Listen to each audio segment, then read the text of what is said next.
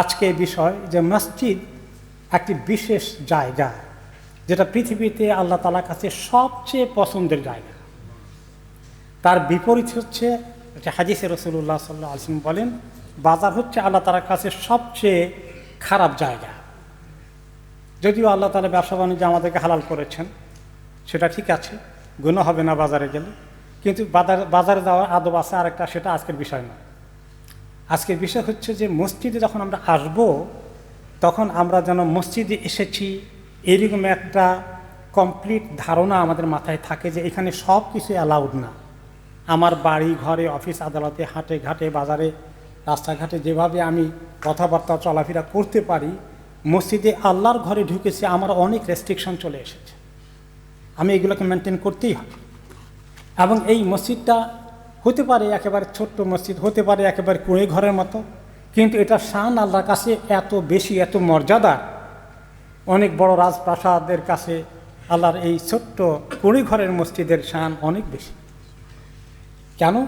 যে এই ঘরে আল্লাহকে ডাকা হয়, আল্লাহর ইবাদত করা হয়, আল্লাহর কাছে সাজদা করা হয়। এর চেয়ে বড় কাজ আর কিছু আছে পৃথিবীতে? কারণ আল্লাহ তাআলাকে ডাকার জন্যে, তাঁর ইবাদত করার জন্যই তো আমাদের সৃষ্টি করা হয়েছে। সবচেয়ে উত্তম কাজ এই মসজিদে করা হয়। এবং এই মসজিদে বলা হয়েছে যে প্রত্যেকটি মুত্তাকির তার প্রিয় ঘর হচ্ছে মসজিদ। যে মসজিদকে অত্যন্ত ভালোবাসে, এটা তার ঈমানের লক্ষণ। এবং যে ব্যক্তি মসজিদকে ভালোবাসে এইভাবে যে মসজিদে নামাজ পড়তে যেতে সে কোনো রকমই চিন্তা করতে পারে না যে আমি আমার ওয়াক্তে ফরজ নামাজ ঘরে পড়ব, কখন মসজিদে যাবে, ফজরের পরে জোহর, জোহরের পরে আসর, মাগরিব, এশা, প্রত্যেকটি ওয়াক্তে মসজিদে আসার জন্য তার মনের ভিতরে এই যে চেতনা কাজ করে, যে কোনো কাজ করার ব্যস্ততা থাকুক সব কিছু দৌড়ে ফেলে দৌড়ে চলে আসবে মসজিদে। এই যে তার টান মসজিদের জন্যে, এইরকম টান দিলের মধ্যে যার মসজিদের জন্য রয়েছে, আল্লাহ তাআলা তাকে কিয়ামতের দিন আরশের নিচে ছায়া দান করবেন। কিন্তু যে ব্যক্তি মসজিদে গল্প গুজব আড্ডা জমাইতে আসে, তার জন্য কিন্তু এই খবর না।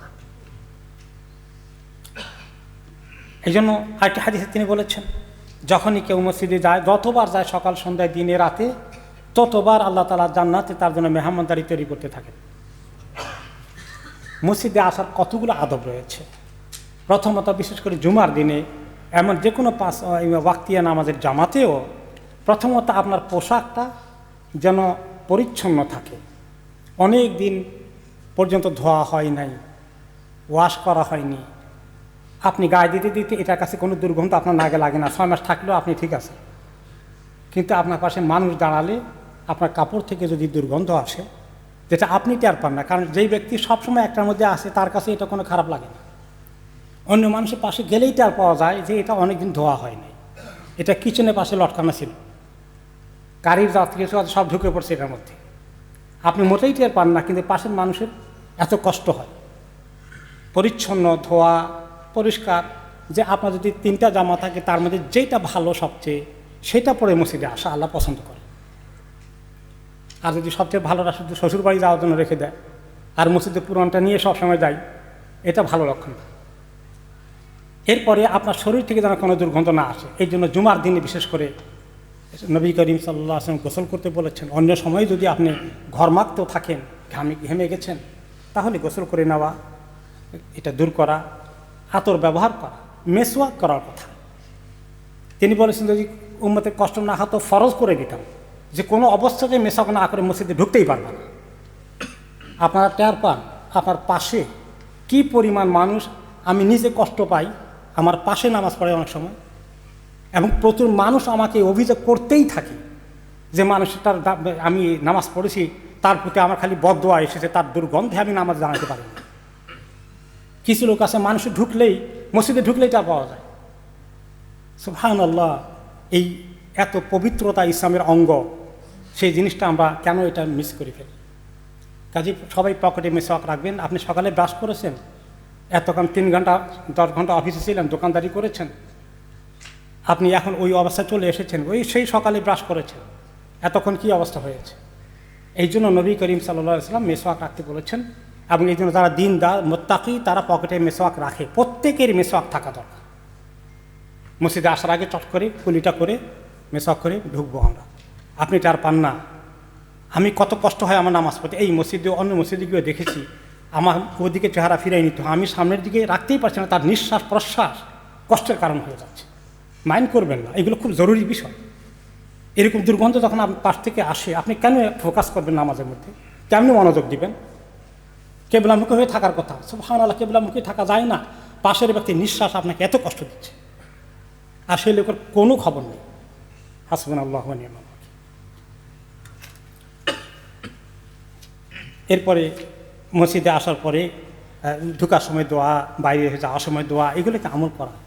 আল্লাহর ঘরকে এমন একটা পবিত্র জায়গা আল্লাহ বানাইছেন, ঢোকার জন্য দোয়া, বাইর হওয়ার জন্যও দোয়া, আল্লাহর ইবাদতের জন্য এখানে আসা।